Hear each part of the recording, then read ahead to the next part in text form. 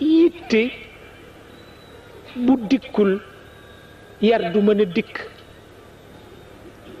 waaw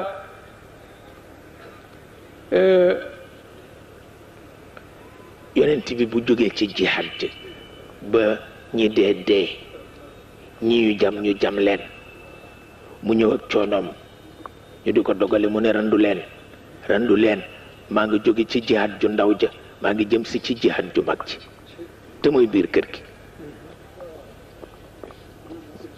biir kër a gën a metti front ba ndax fi ngay defare sa bopp. front ña ngi fay dajeel da nga leen di rey mbaa ñu rey leen loolu yomb na lool du ak njàmbaar waaye toog ci biir kër gi yilif ñi fi ne te yar sa bopp xare baa ngoog. waaw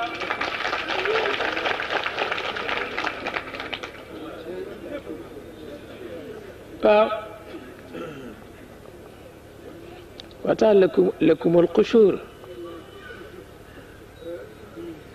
lakumul qushur wala na lubaab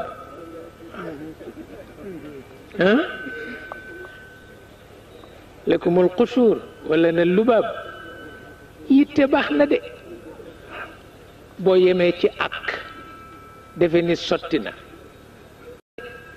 xar ko saal baa nga ci biir.